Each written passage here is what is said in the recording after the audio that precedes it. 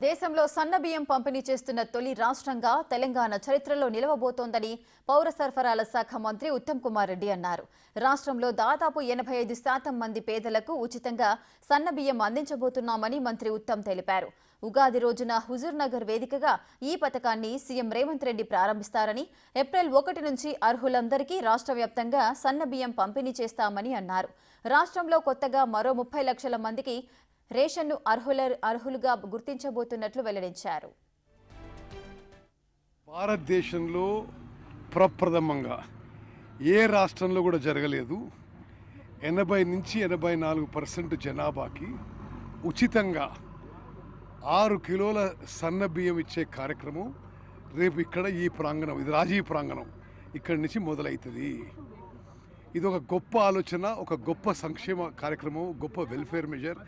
ఇంతకంటే గొప్పగా ఏం చేయగలుగుతావు? 80-85% పాపులేషన్కి పూర్తి ఆహార భద్రత కల్పిస్తున్నాం. కడుపు నిండా వాళ్ళకి భోజనం ఉచితంగా మంచి క్వాలిటీ భోజనం ఏర్పాటు చేస్తున్నాం. ఇందులో భాగస్వామ్యం అయినందుకు, చిన్నపాటి భాగస్వామ్యం అయినందుకు నేను చాలా సంతోషిస్తున్నాను. అదేవిధంగా రేషన్ కార్డులు కూడా మా ప్రభుత్వం నిరంతర ప్రక్రియ పెట్టుకుంది. రాష్ట్రంలో అర్హులైన అందరికీ రేషన్ కార్డులు ఇస్తాం. వాళ్ళందరికీ కూడా ఈ సరఫరా ఇస్తాం.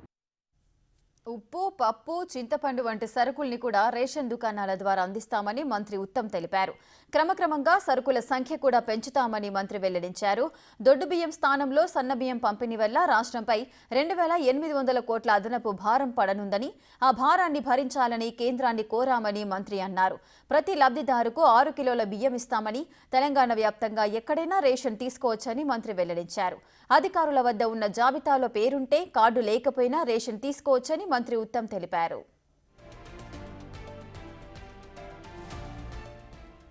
రేషన్ కార్డులు ఎన్ని రకాలుగా ఇవ్వనున్నామనే విషయాన్ని కూడా మంత్రి తెలిపారు. బీపీఎల్ కుటుంబాల వారికి ఇచ్చేది 3 రంగులతో, ఏపీఎల్ కుటుంబాలకు ఇచ్చేది ఆకుపచ్చ రంగుతో ఉంటుంది. వాటిపై క్యూఆర్ కోడ్ ఉంటుంది, చిప్పు ఉండదు. కొత్తవి ప్రింటింగ్కి ఇచ్చాం. రేషన్ కార్డుపై ప్రధాని ఫోటో గురించి ప్రభుత్వం ఇంకా నిర్ణయం తీసుకోలేదు.